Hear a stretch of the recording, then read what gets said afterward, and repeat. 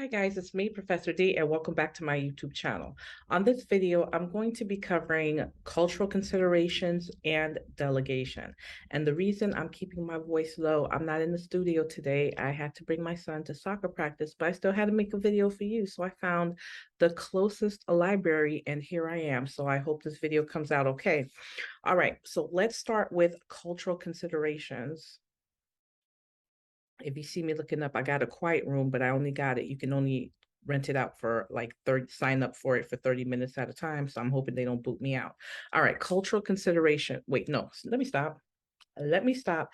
Before I get started, guys, please support my channel. Support my channel. Help my channel grow by liking this video. You know you're going to love it. Just like it now so you don't forget. Subscribe to my channel if you haven't done so already. And don't forget, I have audio lessons available for you on my website, nexusnursinginstitute.com. Also, don't forget, guys, that live that I'm going to be doing on the 21st, I'm going to be covering NCLEX prep, priority and delegation. I'm going to teach you how to answer questions. I'm going to give you some really good tips on testing. This is going to be a multi-part series because, guys, you know my time's limited. So it's going to be multi-part. There's no way I'm going to get it all within the short amount of time. So make sure you watch out for that live, and I will be announcing the others afterwards, okay? So what's today? So the live is going to be on Sunday, August 21st, 11 a.m. Eastern Standard Time. Okay, so let's get started. Cultural considerations to start with African Americans. Many believe that illness is caused by supernatural causes, and they seek advice and remedies from faith healers, family-oriented, higher incidence of hypertension, obesity, high incidence of lactose intolerance. So let's break those down. First of all, generally speaking, people of the African American population, they do believe, they have a strong faith, so they do believe in healers. So you should not discount that if that is their belief. They're very family oriented, higher incidence of hypertension and obesity. And this links into the types of foods that are traditionally eaten by African Americans. High incidence of lactose intolerance. Yes, we see this very often in African Americans. Oh. Arab Americans may remain silent about health problems such as sexual transmitted infections, substance abuse, and mental illness. If Muslim, many avoid pork and alcohol. Let me touch upon this. So if you get a test question about Arab Americans, very often what I'll see the test writers looking to get from you is, do you understand that if it's a woman, if she's female, and she has a male nurse, that may be why she's not responding, because she feels uncomfortable having a male nurse. You'll have to address that and get her a female nurse so she'll be more comfortable. Another thing is that the pork. If you get a test question and they tell you that this patient is of Arab American descent, you should expect that most likely they will not even want to touch pork products or alcohol, okay? Asian Americans, they value the ability to endure pain and grief with silent, stoic, how do I pronounce that? Stoicism? Being stoic, that means to just to suck it up and to not make yourself vulnerable for people to see your emotions, such as you're in pain or you're sad. I'm not sure how you pronounce that word, but that's what it means. Something else about Asian Americans, very often you'll get a test question and they will tell you that the patient's Asian American. And in the test question, they'll tell you that, you're teaching the patient and you're really not getting eye contact. You're really not getting feedback. And they'll try to trick you and they'll try to get you to answer, well, the reason, they're really not making eye contact or giving feedback is because they don't understand. And very often that's not the case in the Asian American culture. To show respect, you don't look the person in the eye. In the American culture, when you want to show somebody respect, you want to show that you're an honest person, you look them in the eye. But in the Asian American culture, you don't look them in the eye. So if you get a test question about an Asian American person, you're trying to teach, and you're walking from one side of the bed to the other, and as you're walking from one side of the bed to the other, they just keep moving their head. They're not looking you in the eye. You should choose an answer that they're showing respect, because you as a nurse, you're teaching them, they're showing respect. Let's keep going. Hot, cold, yin yang. They do believe that there are certain foods and certain therapies that are hot versus cold, your yin and yang. Sodium intake is generally high. They may prefer to maintain a comfortable distance. The comfortable distance for Americans is much more closer than that of Asian Americans. May believe in prolonged eye contact is rude and invasion of privacy, and they're trying to be respectful. Latino Americans, they may view illness as a sign of weakness or punishment for evil doing. Family members are typically involved in all aspects of decision making, such as terminal illness. Do not be surprised that a patient with a terminal illness and the family members insist on doing everything for the patient, bathing the patient, doing the ADLs for the patient, feeding the patient. This is very normal. They are very family oriented. So if you get a test question about a Latino American family and they're asking you, why do you think this is how they show their loved one that they care. And they're not doing it out of guilt, because I've seen test questions like that and they always put a choice of, well, they feel guilty. No, this is how they show love. Native Americans, they may turn to a medicine man to determine the true cause of an illness, may value the ability to endure pain or grief with silent stoicism. Again, guys, I'm sure I'm butchering the word. I can't pronounce it, but I could tell you what it means. And so they believe in, being strong, just sucking it up. Diet may be deficient of vitamin D and calcium due to lactose intolerance. Let's stop right there. Calcium's important for what? Strong bones. Vitamin D is important for what? Absorption of that calcium so you can have strong bones. Okay, keep that in mind.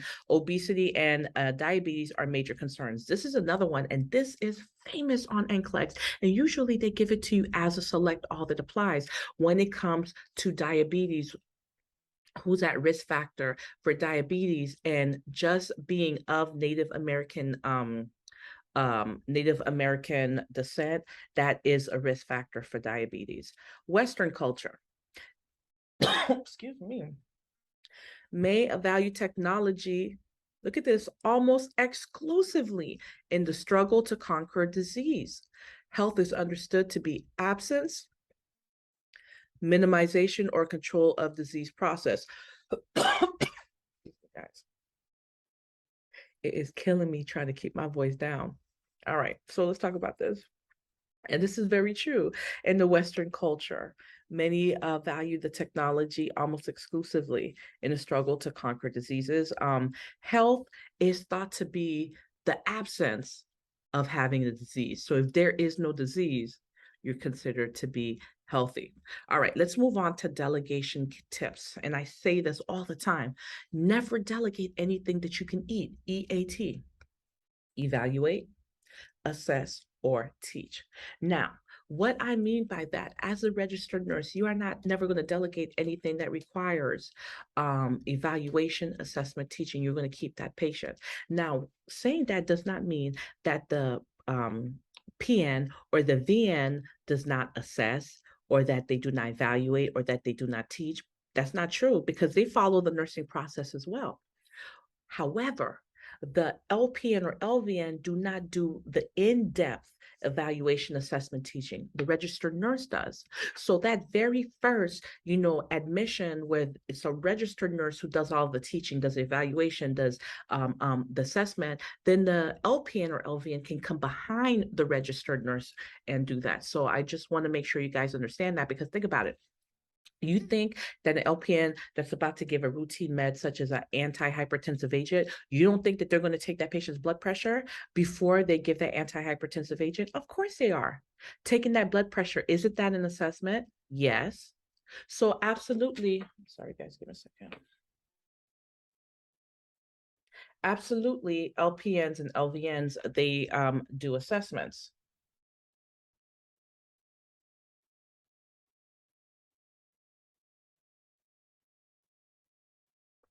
Okay. So let's take a look. Delegate sterile skills to RN or LPN.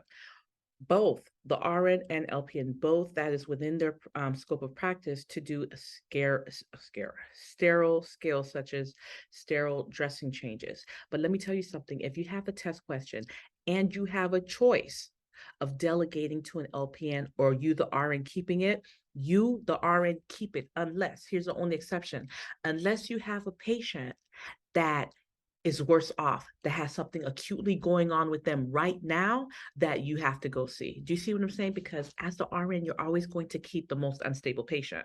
So as the RN, you want to keep that sterile skill, but if you have something acutely going on with the patient, something's wrong, they need to be assessed, you're going to go to them and you can delegate the sterile activity to the LPN. So make sure you get that. Next, where non-skilled care is required, delegate stable client to nursing assistant. I want you to notice this word right here. Let me see if it's going to allow me. Yeah. No, that's not what I want to highlight. Just joking. Right here, stable.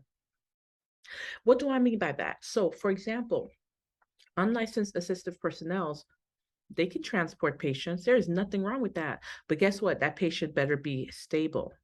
Because if that patient is unstable, such as a patient who needs to be rushed to surgery, you're going to delegate that to an unlicensed assistive personnel? Absolutely not. You, the registered nurse, is going to transport that patient so you can be assessing them on the way to the OR. Okay. So you're going to delegate stable to a stable patient. Now, the unlicensed assistive personnel, remember, they can do things, lots of things. They can record and report. That means they can do INO, they can take vital signs. In most states, they can do glucometer checks. They can feed a patient. They can dress a patient. They comb the patient's hair. There are lots of things the unlicensed assistive personnel can do. They can transport medicine. You can send them up or down to the pharmacy to go get medicine or even blood for you. They're not doing anything with the medicine or blood. All they're doing is transporting it from one floor or one section to another, right? They can transfer equipment for you. There are lots of things that the unlicensed assistive personnel can do. Let's keep going. Assign the most critical client to the registered nurse. Whoever is at most risk of dying, that's who the registered nurse needs to keep. Okay, the most unstable patient, the registered nurse gets. Clients who are being discharged should have the final assessment and teaching them by the RN. This is so important. I can't tell you how many times I've seen students get this test question wrong, because in your mind, you think that, okay, well, this patient is being discharged, so they're obviously stable. I'm going to give that to the LPN. But let me ask you something. Along with discharge, what comes with discharge? In-depth teaching. You have a lot of teaching to be doing with that patient. Who does the in-depth teaching? The RN. What else comes along with that discharge? What's that word I'm looking for? Care coordination. Calling the physician to make sure that case management is on board, that, the social worker is on board, or that home health is on board, or that, the patient already has an appointment set up with HEMOC, whatever it is, that care coordination, who's responsible for that? The registered nurse. The registered nurse is the one that calls the doctor and asks the doctor for orders for DME equipment or home health. Okay? Care plans, RN. So the RN is going to keep this patient. So yes, they may be stable enough to be discharged to go to rehab or to go home, but the RN is going to be responsible for that stuff. Let's keep going. Where was I? Here we are. A new nurse should receive stable patients who require routine care. You're going to treat a new nurse just like you would an LPN, which means you're going to give them the most stable person. Okay, a brand new nursing grad, or it could be a registered nurse that has been a registered nurse for years, but they're new to your floor. You're going to treat them as an LPN and give them the most stable patient. The LPN can monitor clients, absolutely, with IV therapy, insert urinary catheters, feeding tubes, apply restraints. They can do trachs. They can do lots of things. What they can't do is start blood transfusions. What they can't do is make the care plan. They can follow the care plan, but they can't create that care plan. What they can't do is do in-depth assessment. in-depth teaching. They should not be the one calling the healthcare provider for DME or home health or asking for, a swallow study, right? That's the job of the registered nurse. So make sure you guys are aware of what the scope of practice for the LPN or LVN versus the registered nurse in your state. LPN, LVN cannot handle blood. I talked to you guys about that. And listen, guys, before you try to come for me, let me say this to you. What we see in the real world and what we see in testing world is completely different. And if you rely on what you see happening in the real world, you are going to fail. Why? I tell you guys this a million times. In the real world, we're concerned about money. Money's an issue. In the real world, we're concerned about time. In the real world, we're concerned about staffing. In the real world, we're concerned about equipment and resources, right? But in the testing world, it's a perfect world. We have enough staff, we have enough resources, we have enough time to do what we need for the patient. Now, unless it's a question about, it's a medical emergency, you have to move now. But I'm just generally speaking. So you can't apply the same concepts of the real world with the testing world. Okay. So for testing purposes, trust me, I've been doing this a long time. I will not lead you the wrong way, guys. For testing purposes, the LPN does not handle blood. The registered nurse will do the blood transfusion because there are so many risks of complications happening. And so we need that registered nurse to be doing that in-depth assessment and the nursing interventions that follow. LPN LVNs are given stable patients. They can perform sterile procedures on stable patients, absolutely. Experienced LPNs can use observation of patients to gather data regarding how well they perform interventions. Look at this, guys. Let me highlight it here. That have already been taught. So that lets us know somebody came before the LPN or LVN. Who was that? The registered nurse. That initial assessment, it's going to be in depth. Who's going to do it? The registered nurse. Okay. Assisting with ADLs is appropriate. I'm right here. Assisting with ADLs is appropriate for assistive personnel, such as this is what the unlicensed assistive personnel can do. Remember, record and report. This doesn't require any critical thinking. And I'm not saying this, guys, to belittle the unlicensed assistive personnel. I'm saying this just as a way for you to remember for testing purposes that the UAPs should never be delegated anything that requires critical thinking. You see reporting and recording, that doesn't require critical thinking. Record the vital sign, report it to the nurse. Record the INO, report it to the nurse. Take that blood sugar, report it to the nurse. There's nothing to think critically through. That's why the UAP, they can take a vital sign, but let me ask you something. Can they listen to the patient's lung sounds? No, because listening to the lung sounds, it necessitates a word? Let me know in the comments, guys. I think I just made up a word. Maybe I didn't, but I'm going to use it now. Requires, let me use require instead. It requires critical thinking because when you're listening to the lung sounds, you have to be able to determine, okay, well, am I hearing something that's clear, which means it's good? Or am I hearing crackles? Am I hearing rails? So we're not going to delegate something like that to an unlicensed assistive personnel. Okay. And then always check for allergies before administering. Antibiotics are so known for patients having adverse reactions or allergies. So it's very important. Always check for allergies before administering antibiotics, especially penicillin or any medication for that matter. Okay, guys, these people are about to kick me out because I see this man walking towards me right now. So it's been a great video. I'll see you guys on my next video. Please don't forget to like and subscribe. Bye-bye.